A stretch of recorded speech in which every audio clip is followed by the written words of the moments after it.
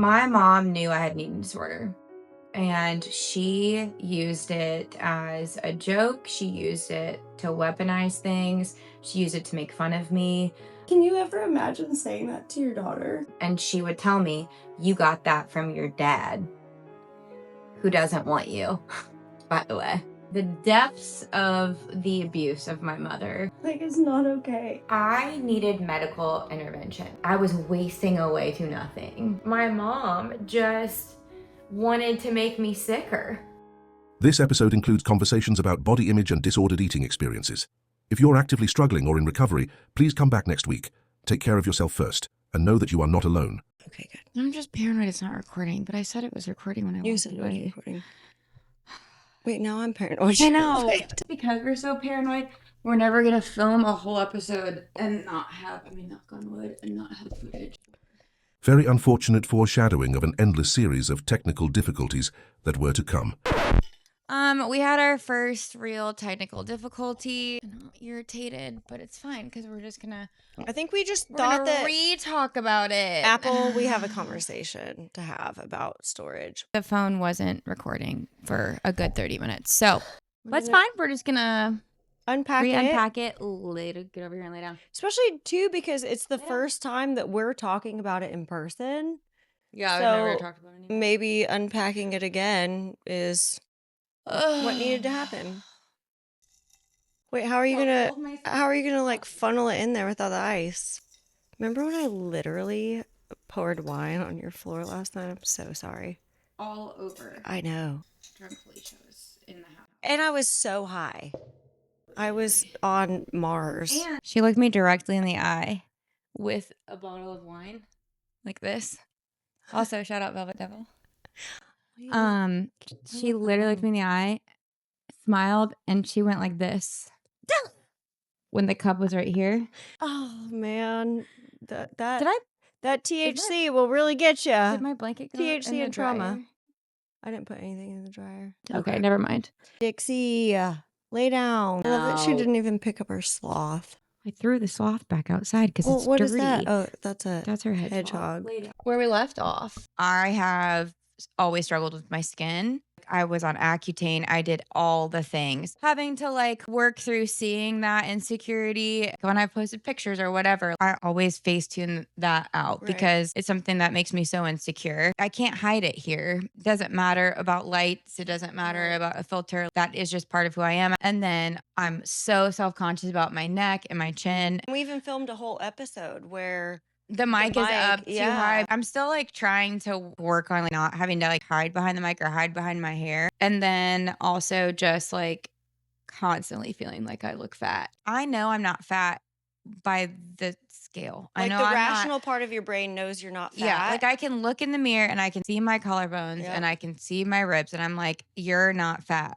But feel like I look so fat and feel that everyone else is going to think that I'm fat. Mix that with gobble and skin. I mean, that's why I went into TikTok and added all of the words that I felt like could be bullying because I was like, what I can't handle is if somebody goes in the comments and is like fat, scar face. And remember, I even said gobble neck. I thought that people were going to be bullies about the way we look. There really wasn't. There was one that said we're too old. Yeah. And I'm like, bitch, I could date you or your dad. Yeah. So. I know. Did it record the part when we suddenly realized why we lost so much weight was because it was the only thing we can control? I hope that's in there. And here begins Andrea's internal mental breakdown about how much footage is lost. Did that record? That was before, right? Because I feel like that's important too. Should I look? Maybe. I sure as shit hope so. In this moment, they realize literally nothing recorded. We're here on the couch. We're going to talk about it again. To make matters worse, they have no idea that they will lose all of the audio for the remainder of the episode. Please excuse the shitty sound quality. Justice, is it recording? I mean, I'm going to leave in that we had to re-record it because it's... Right. Well, and that was a big realization that we had in real time. The moment that I think we both realized this goes so much deeper than just feeling fat. It's okay. It's okay. This kind of shit's gonna happen. It's okay. I don't know. I'm having a really hard time repeating all of it because it feels inauthentic, and I'm getting in my head about it.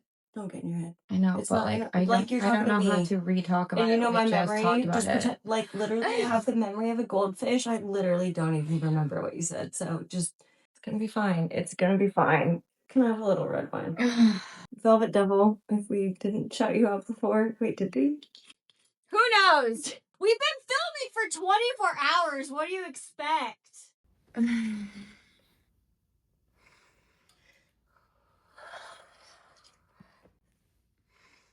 Deep breath. Okay.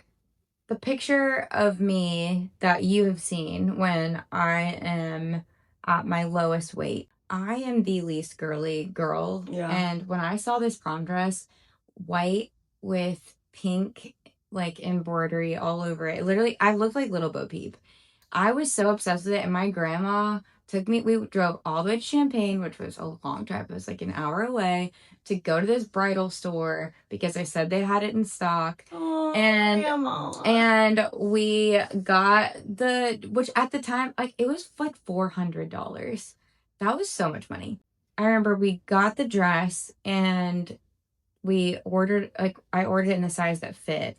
And by the time prom came, my grandma, who was like a master level seamstress, she had to take it in so much. Like, she had to take it in 2 different times because it was falling off of me.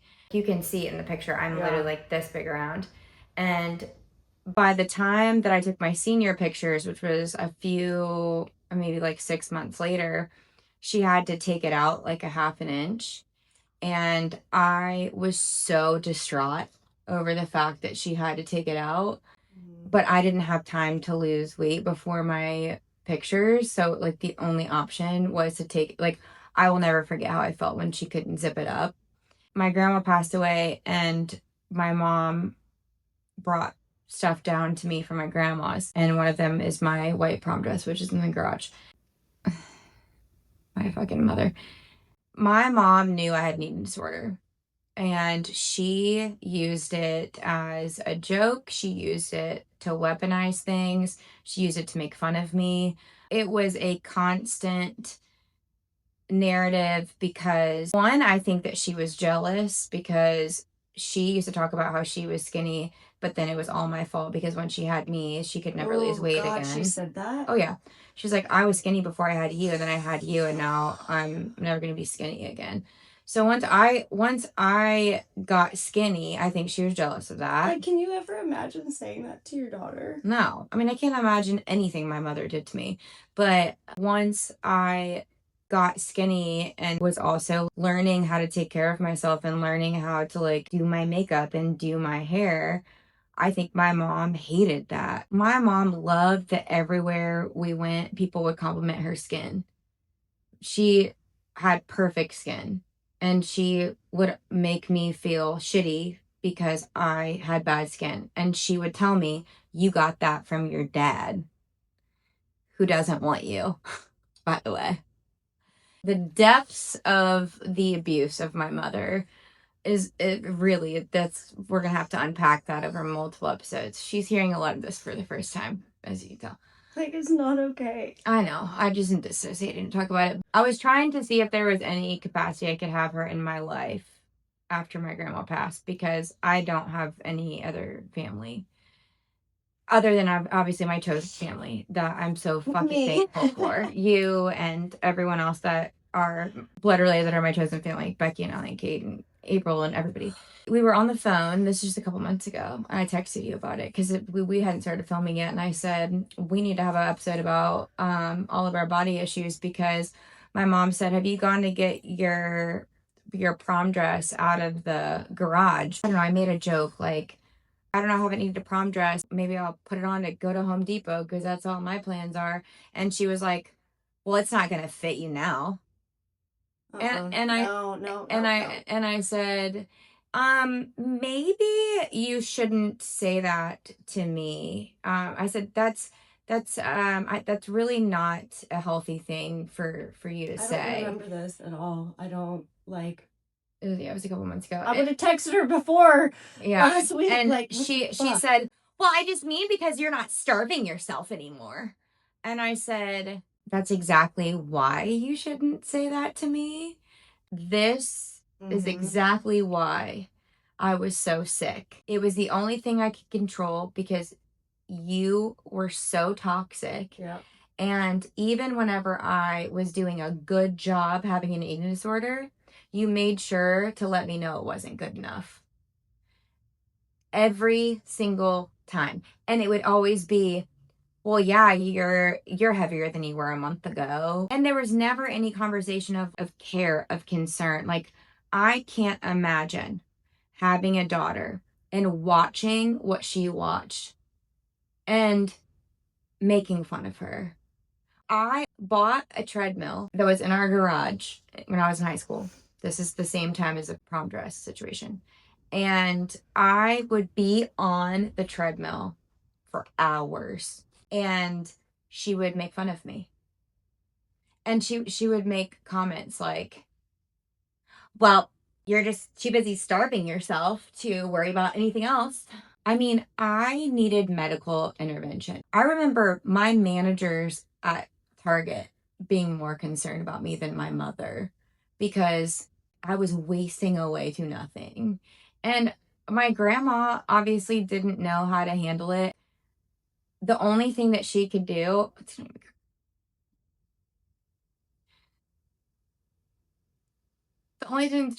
was try to figure out how to get me to eat. So she would be like, I'll grill chicken, I won't use any butter. Or like, I'll make green beans and I won't put any bacon in it if you'll eat. And my grandma didn't know like what eating disorders were, but like she knew I wasn't going to eat. The only thing that she could do was to try to figure out how to like literally meet me where I was. And my mom just wanted to make me sicker, honestly. She wanted to make me sicker. You almost wonder if that's like a form of like Munchausen. You want to keep your kids so sick that they're not okay. But also without poisoning, what's she was like enabling. But also what's like backwards about that is normally Munchausen's, and she would be like trying to like get me help or put me in treatment or get attention for it. I don't know if she was using me to get attention from other people, using me as a sob story, like, oh my daughter, she's starving herself to death. Growing up, again, my mom never. I also feel like we like the thing. She doesn't even deserve the name mom. No, I know.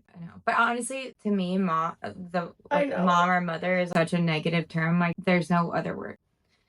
I don't have any emotion towards the term because to me, that's that's her, and there's no emotion wasn't a mom. there. She wasn't a fucking mom. We were poor. My mom never tried to make sure that I had clothes, even though I had been working since I was 8 with the help of my grandma. Like, every summer I'd entered things in the fair and different fairs. We would go to all different county fairs. I figured out how to make the most money I possibly could. I would enter 2 projects in every single category so that way I could double up on the money. And then if I got X amount of grand champions, I'd make X amount of money. Hustler. I made a lot of money doing that as a kid. So I had money to spend on my own, but it's almost like she intentionally wanted me to not dress well. I remember like she told me I needed to like perm my hair. I was overweight because I didn't understand food and health, and I didn't understand physical activity, and I was bullied. And so in 7th grade, we had these little cheese containers that you could get. It's like a side with your fries or whatever. And I love a cheese. One of my, which is also unfortunate that it was one of my good friends, like, had been my actual, like, my best friend, my best, like, guy friend all growing up. But your fucking corpse toes are looking at me again. They're minding their own business. You need to cover them up. They're fucking hot. Can you just hide it? Just don't look at them. I can't. You gotta hide it. Can you hide it, please? You're telling me to hide my feet? Yes. Because they're ugly? Please hide them. Thank you. I can't help it. They're my feet. I know. I can't look at them while I'm telling a story. It's distracting. Because my feet are so ugly. She's so pretty up here. Anyway, so my feet finder didn't take off. My school, I had 30 people in my school. I'm from the middle of fucking nowhere. Like, your only options are the 30 people. So if somebody bullies you, you got to get over it and you got to still be friends with them. There's no other option. I love the little cheese containers, and I was also on like the free lunch tickets. So I would ask people for their cheese. And so he stood up and there was like cheese in the middle of the table, and he pushed it down and he was like, "Here, everybody give it to the garbage disposal." And I was so embarrassed. And then not long after that, and I can imagine that you could probably literally place yourself. I know exactly where I was in the. It's like, but you can still. I know exactly where I was in the gym. Yeah. I know what seat I was in. Wearing, I know who. What it smelled like. I can't even remember who was sitting at the table, and I don't really remember anyone having a reaction, except I remember I looked at one of my friends, and I just remember her looking at me, and I could tell that she was embarrassed for me. But I don't remember like anyone saying anything or standing up for me. I don't think anybody did. Not long after that, there was another kid that he always called me like Pig and Piggy, and then I'm gonna find you. And then I ended up dating him when I got skinny, which is also something else to unpack, like why I felt like I needed to do that. He wrote a note, drew a picture of a pig, and wrote my name on it, and he was like passing it around and like intentionally made sure that it would get to me. I opened it and saw it. Something changed in my mind, and I was like, they will never be able to call me this again. And I left 7th grade, and by the time I went back to school in August, I had lost 35 pounds. So we're talking end of May. So really, like, I mean, didn't we go back to school in like the beginning of August? So like 2 months. And that was mainly starving myself, but that's also when I like learned like how to binge and purge. The first time that I did that was at an Arby's, because I loved, again, Arby's beef and cheddar. I was so hungry. I was eating like literally probably like 100 calories a day, 200 calories a day. I wouldn't even eat like a banana because that was like unhealthy. No, too many carbs. Too much sugar. Yep. And I still won't eat a banana. I'll drink a margarita, but I won't eat it. See, I'll eat bananas. Now I'll eat bananas, but they're good potassium. Also, there's a difference between natural sugar. I know. Other sugar. I know. I'm just saying it out loud because these are things we have to adjust and learn. That's what I have to tell myself. I still never have fruit in my house because fruit equals sugar to me. Same. It's like a dessert.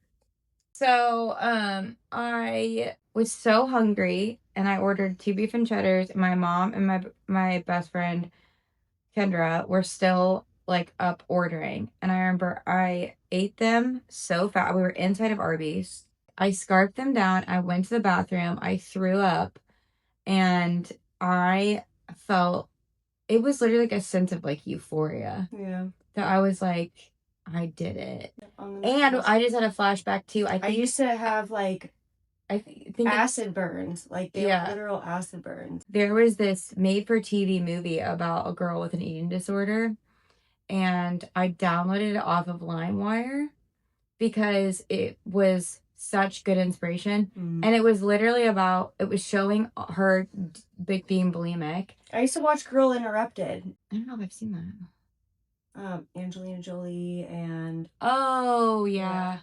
But I watched it on like the movie is about her going to treatment. That's Girl Interrupted. Well, I need a different one. I need to watch it. No, but this one, it's like this one was a made for TV movie. But I watched it as inspiration, even though the whole movie was about her going to treatment. That's how this And happened. at the end, it's like she's in treatment and she's better. But I would stop. I would rewatch it because never finished the whole movie. I'm sure I used MySpace to some degree for my thinspo, but I was on this website fully dedicated to girls in full-blown eating disorders. Yeah. There were so many of those. And you would get on basically a message board, people posting either pictures of themselves or pictures of their thinspo. Yep. And it would be like celebrities or models or just super skinny fucking people.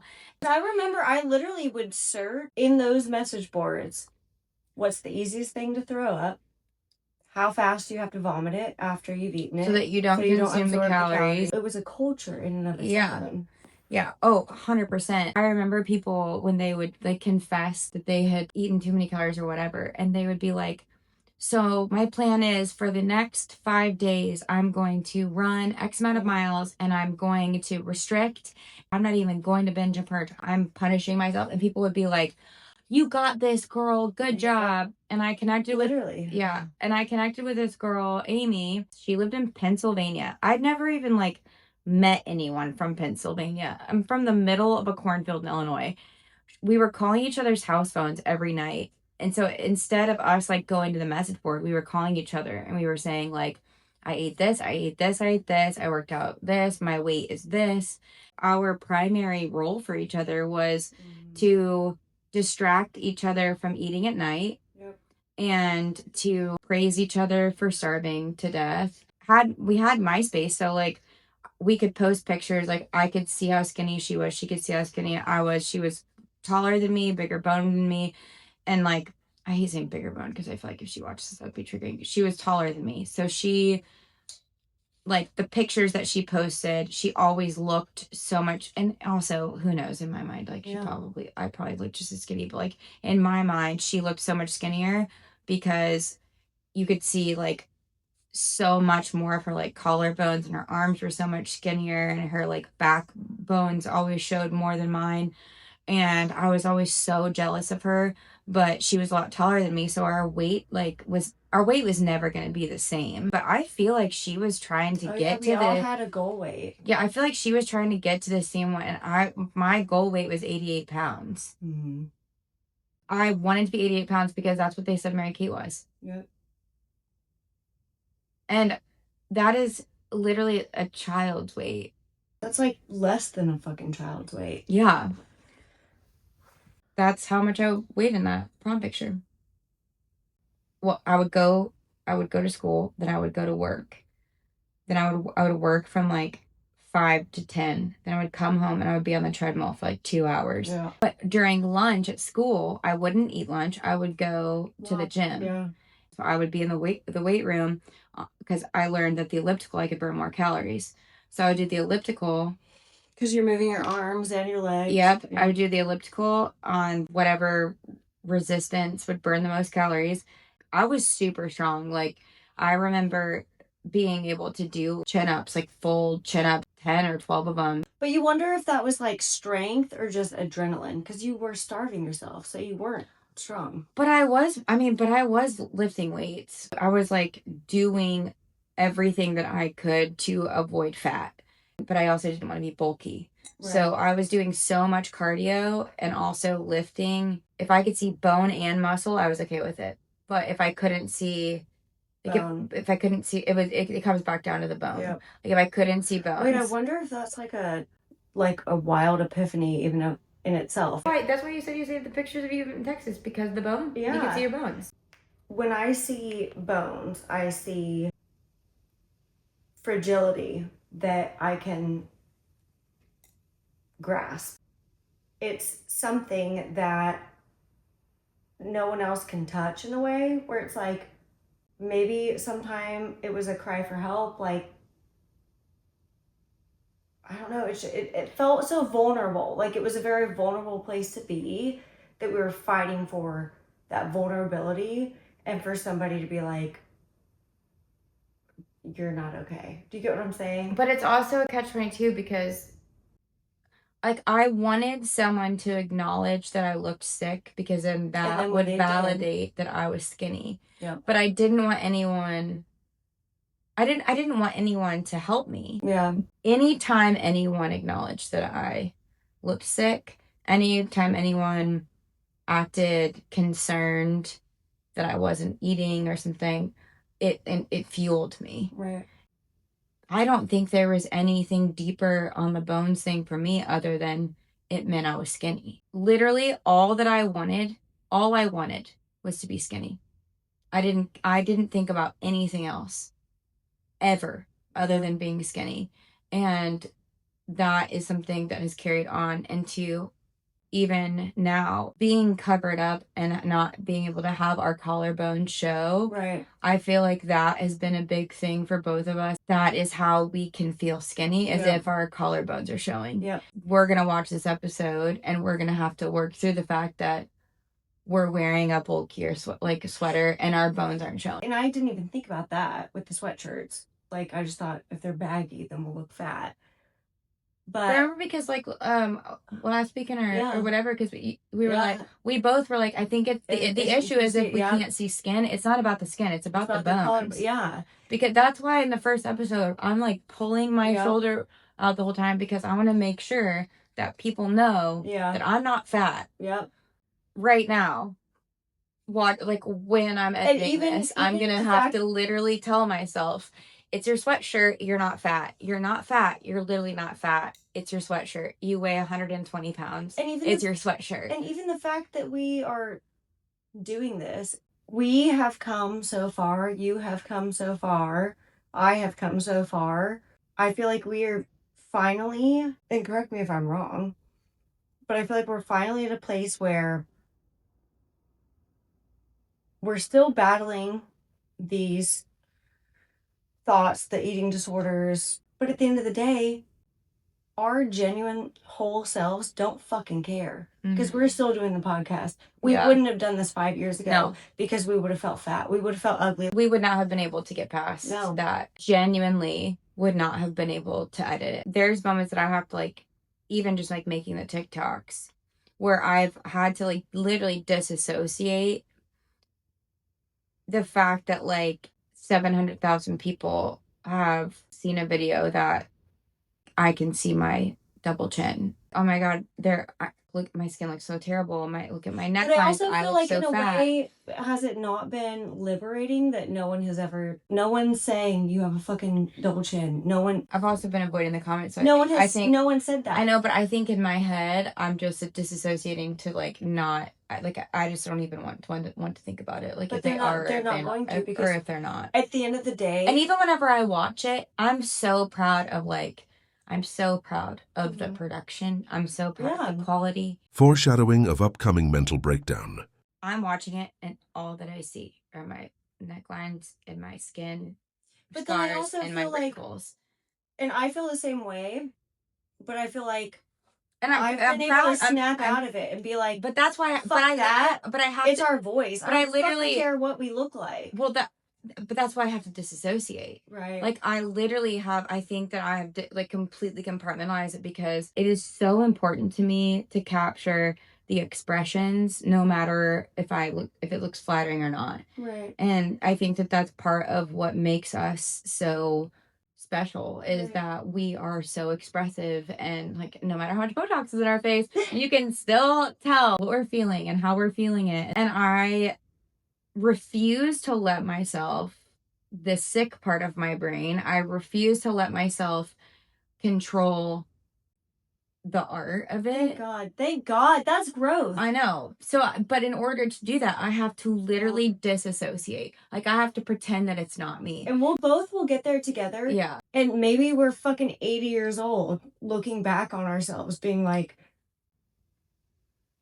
I wish that I would have given her more grace. Like, think about yourself 10 years from now.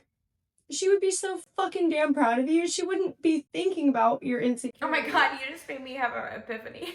Someday, if the world doesn't implode, whenever we're 80, we're going to get to look back at this, and we're not going to think about any of this. We're not going to think about how our fucking how skinny we felt. No, we're not gonna think about it. We're gonna be like, look at us. We were building an empire. We didn't speaking even our know. truth. We were healing. Yeah. Like, and I feel like it's moments like that when those thoughts, and this is something that I'm working on too. And you know this, like, I call them out for what they are. When those intrusive thoughts, we have to give them a name. You have to give them a name. Yeah.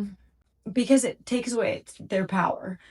When those thoughts come in, we have to remember, like, it fucking doesn't matter. You're fucking beautiful. The fact that we can watch ourselves talking about rape, talking about trauma, and what we see is things that we don't feel good about in ourselves, like our skin and our everything. Like, that's not okay. You have done a really good job of like naming it as an intrusive thought, and I think there's times that I can do that. I think other times sometimes it doesn't feel intrusive, it feels like truth. I can acknowledge whenever I know it's an intrusive thought, like I consciously know. If I'm like looking in the mirror, and especially after like I lost all of my COVID weight, I'm on a GLP-1. We can discuss that in another episode. It's the best thing I've ever done. It changed my life. I will be on it forever. Because it also helped me with a lot of other things outside of just losing weight. But I lost the 35 pounds that I gained in COVID because of trauma and stress and hormone imbalance and cortisol overload and all of the things.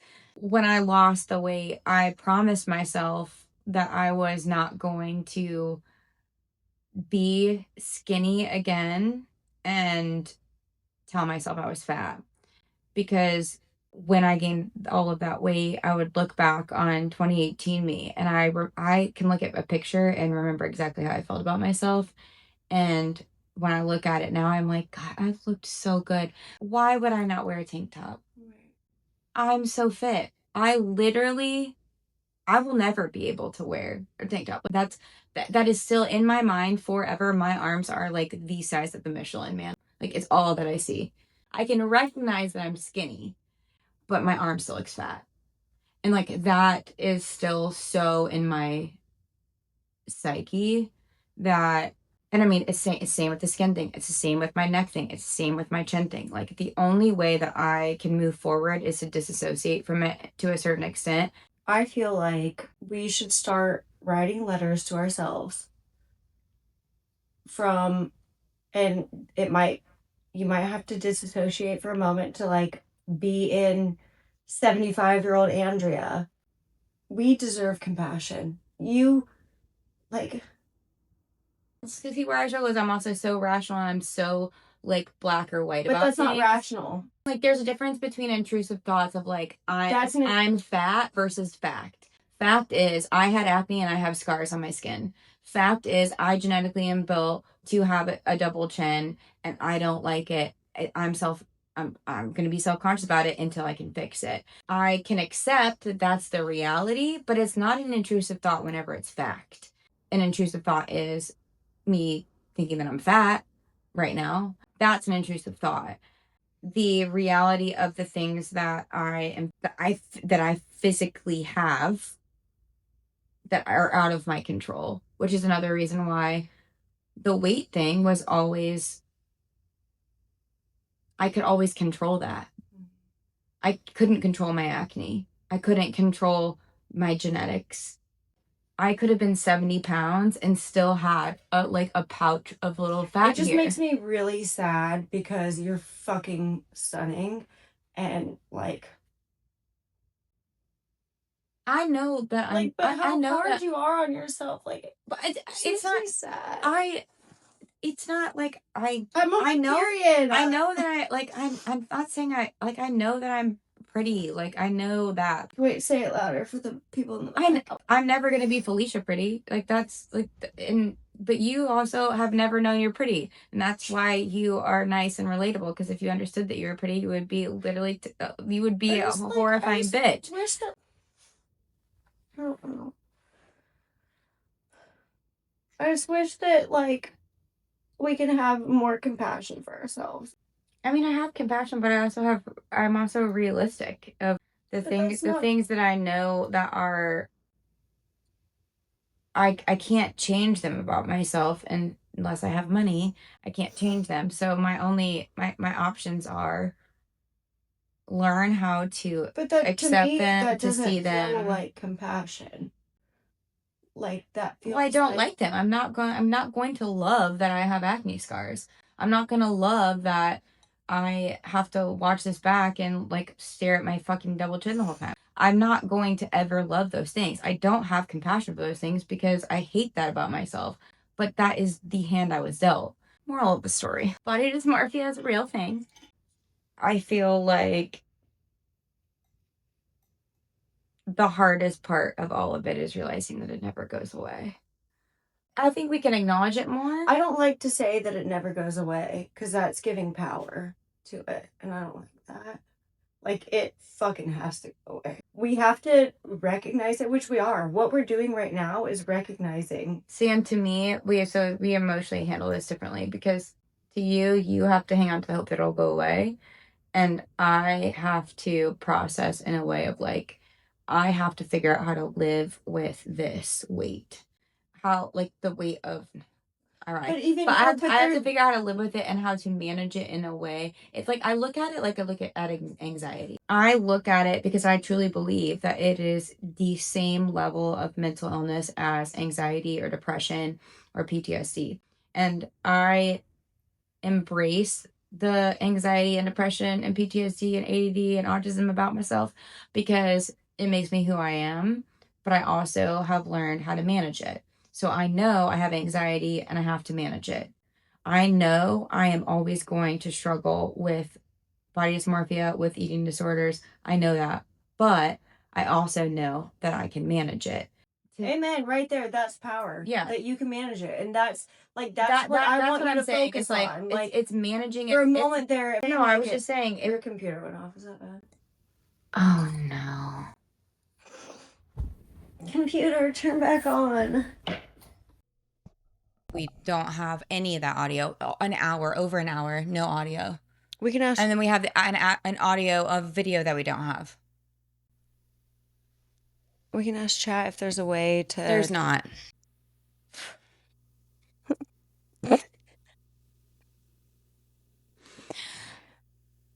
I'm really mad.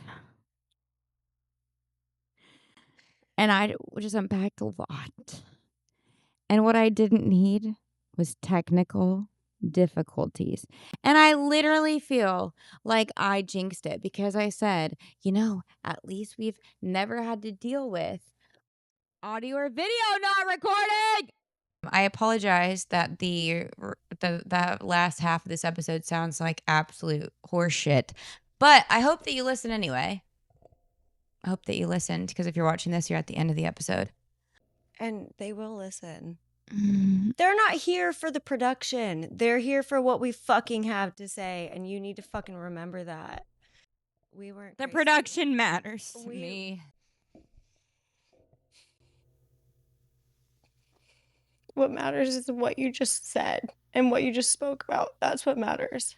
Yeah, and also the way it's delivered, that matters. Y'all are gonna listen no matter what. Well, it matters to me. I know. It was defeating, and it's literally both times I've told my fucking story. Why? I promise you, we will still be able to use it.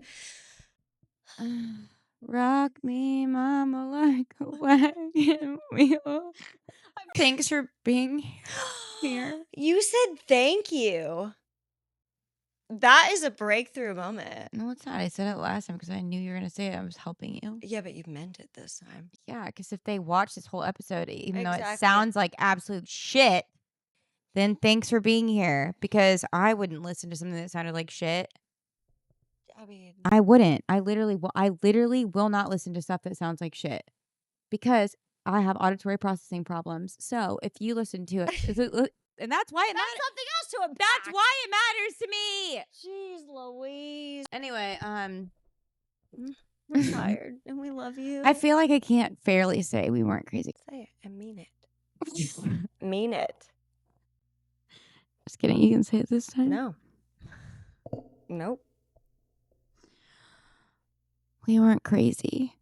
Say it again. Like you actually mean it. Listen, everyone. I need you to go look in the mirror, and we're going to do this after this episode. And I need you to look in the mirror and say that you're beautiful and you're not fat. And that skinny doesn't mean that you're pretty. And that skinny actually is toxic. The whole word skinny.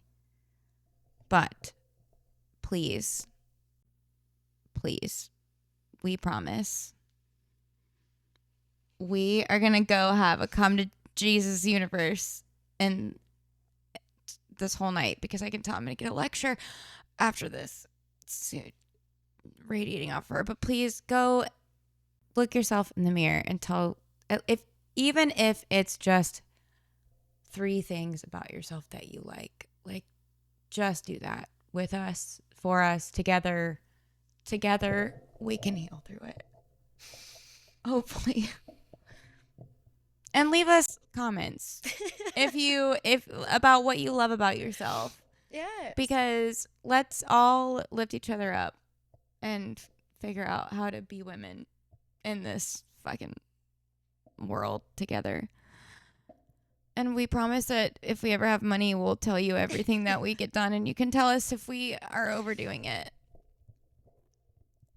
Especially if Felicia gets too much lip filler. Fuck off. Anyway, we weren't crazy. We weren't crazy. And neither are you.